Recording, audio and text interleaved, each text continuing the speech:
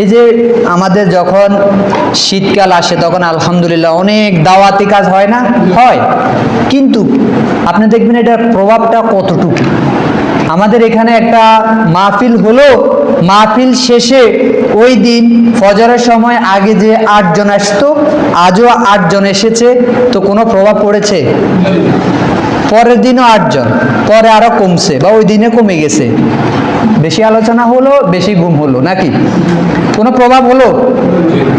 দেখতে হবে যে আমাদের এই আলোচনার উদ্দেশ্যটা কি নাকি। আজকে বেশিরভাগ আমাদের আলোচনা হয় উদ্দেশ্যবিহীন অথবা অন্য উদ্দেশ্য। যেমন একটা আলোচনা হবে, তখন চিন্তা আসলো যে আমাদের টয়লেটটা তো ভাঙা পড়ে রয়েছে, তা একটা আলোচনার ডাক দাও নাকি। আমাদের দোতলা মসজিদের কাজ তো হচ্ছে না, তা আলোচনার ডাক দাও নাকি। আমাদের উদ্দেশ্য কি? এই আলোচনার উদ্দেশ্য কি? আমাদের কাজ করা নাকি। কাজ হবে, তাহলে ওরকম একজনকে দাওয়াত দিতে হবে যে অনেক স্টেজ গরম করতে পারে, মানুষকে হাসাতে পারে, নাচাতে পারে, কাঁদাতে পারে, এরকম একজন প্রয়োজন। তাহলে কিছু টাকাও উঠবে, তাহলে আমাদের কাজটাও ঠিক হবে নাকি।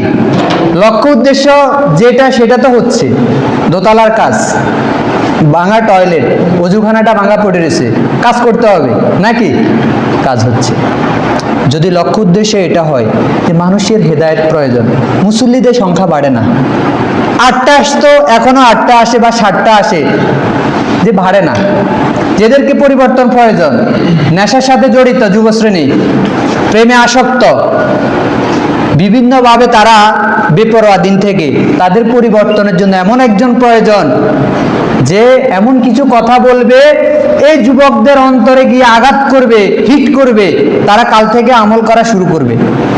এরকম একজন প্রয়োজন। লক্ষ্য উদ্দেশ্য এটা যদি হয়, তাহলে ওরকম একজন পেয়ে যাবে এবং কাজও হবে। এখন আমাদের কি লক্ষ্য উদ্দেশ্য তাই না? আমাদের লক্ষ্য উদ্দেশ্য যেটা সেটা হাসিল হচ্ছে, কিন্তু মূলত হেদায়েত আসছে না। হেদায়েত আসবে তখন যখন আমার লক্ষ্য উদ্দেশ্যটি, ওই যে বললাম, আপনি প্রশ্ন করবেন কেন আমি দাওয়াতে ডাক দিলাম, কেন? আল্লাহর সন্তুষ্টি, মানুষের হেদায়েত। আপনি হেদায়েত দিতে পারবো যতক্ষণ আল্লাহ সুবহানাহু ওয়া তাআলা না চাচ্ছে নাকি। সে যতক্ষণ চেষ্টা না করেছে ততক্ষণ তো হেদায়েত আসবে না। তাহলে আমি যেটা আমার পূর্বের আলোচনা তো আমি বললাম যে আমাদের মূল হচ্ছে লক্ষ্য উদ্দেশ্য।